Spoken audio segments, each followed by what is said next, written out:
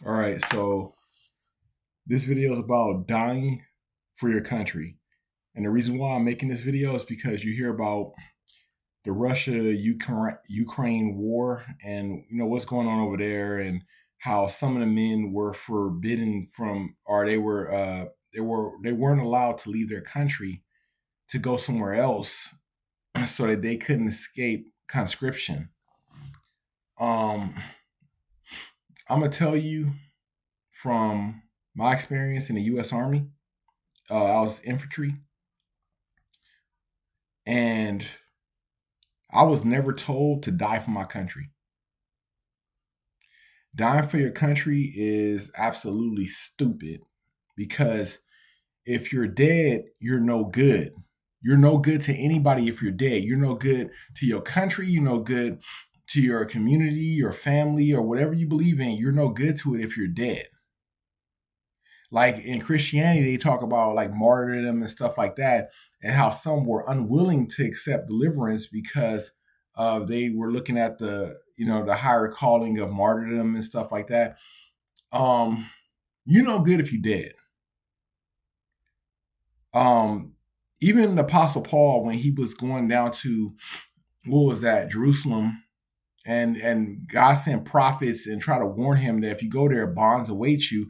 And he's like, I'm willing to die and stuff like that. And Christians think that that's holy, going to die for something. You know good if you dead.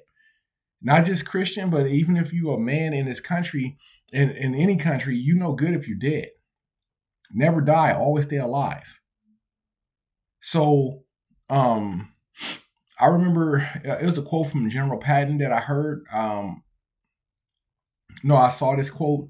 It said that excuse me, I'm not trying to be like vulgarist or nothing like that, but um, no poor dumb bastard has ever won a war by dying for his country. You let the other poor dumb bastard die for his country, you don't die for yours. Dying is stupid. You know good if you dead. There's nothing heroic about dying. You die, you lose. The people that write history are the people that survived. We are all the descendants of people who were smart enough to survive. Even in ancient warfare, this was during the Second Punic War between Rome and Carthage. I think it was at the Battle of Canna. I hope I'm pronouncing it right. Canna. I don't think it was Hannah. It was Canna, where the Romans sent an army of 100,000 to crush Hannibal Barca in the Second Punic War.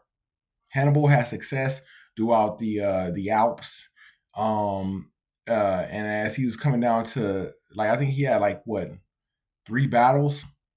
Like he had one battle in Spain and maybe 2 other battles in what we know today as France. It was called Gaul by the Romans, and finally he was in Italy, and so the Romans sent a army of 100,000 to just steamroll him. He only had like about 20,000, maybe 30,000. Some estimates say give a number of 40,000.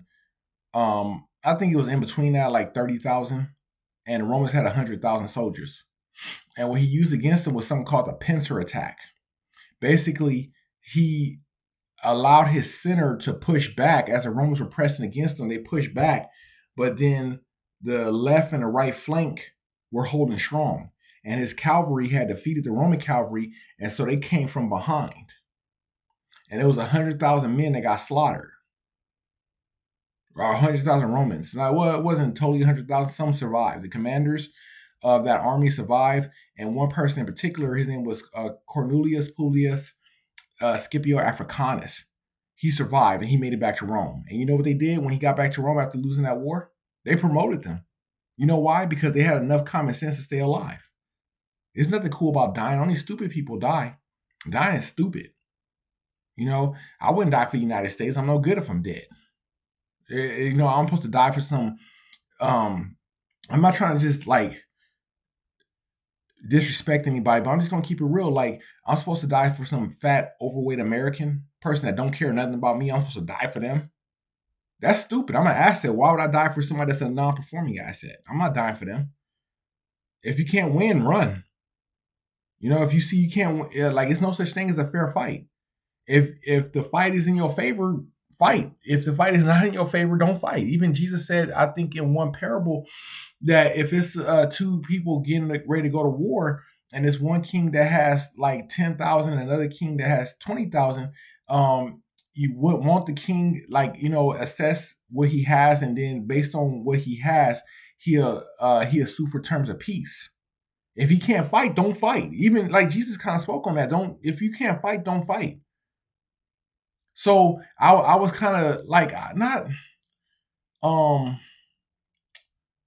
it did kind of touch me in a way that these young men were, because told to stay behind to fight for the Ukraine,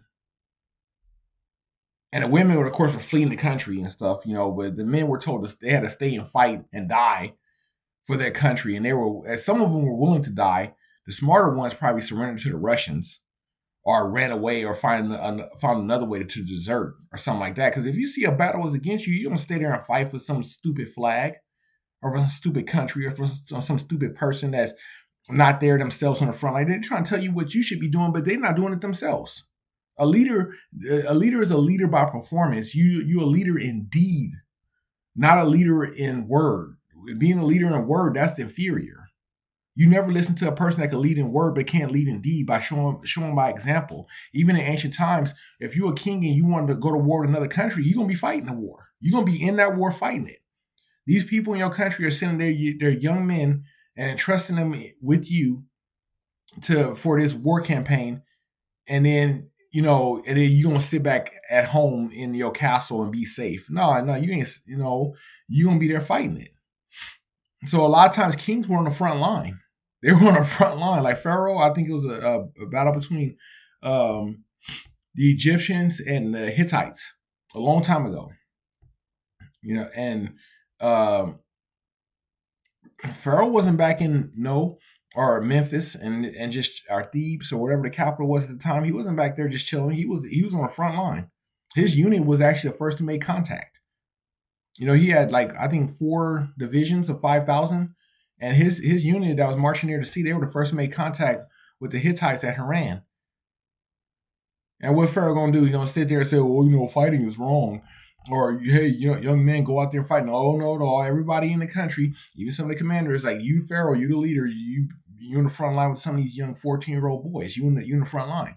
You ain't talking your way up out of that. You're gonna piss somebody off trying to talk your way up out of things.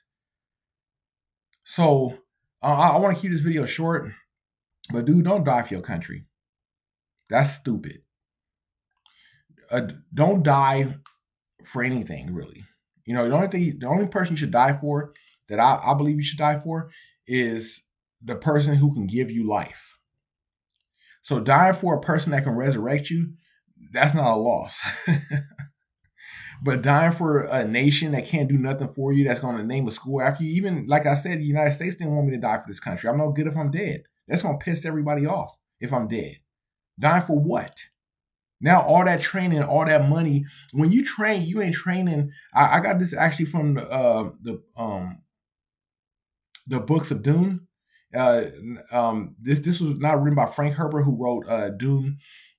He wrote Dune Messiah, Children of Dune, Dune God Emperor, The Heretics of Dune, and Dune Chapter House. So his son Brian Herbert and Kevin J. Anderson, they wrote the preludes to Dune. And in one prelude, it was Leto Atreides who said, "You don't train to die; you train to live." If some person, whatever, think I'm supposed to die for them, then on their own head be it.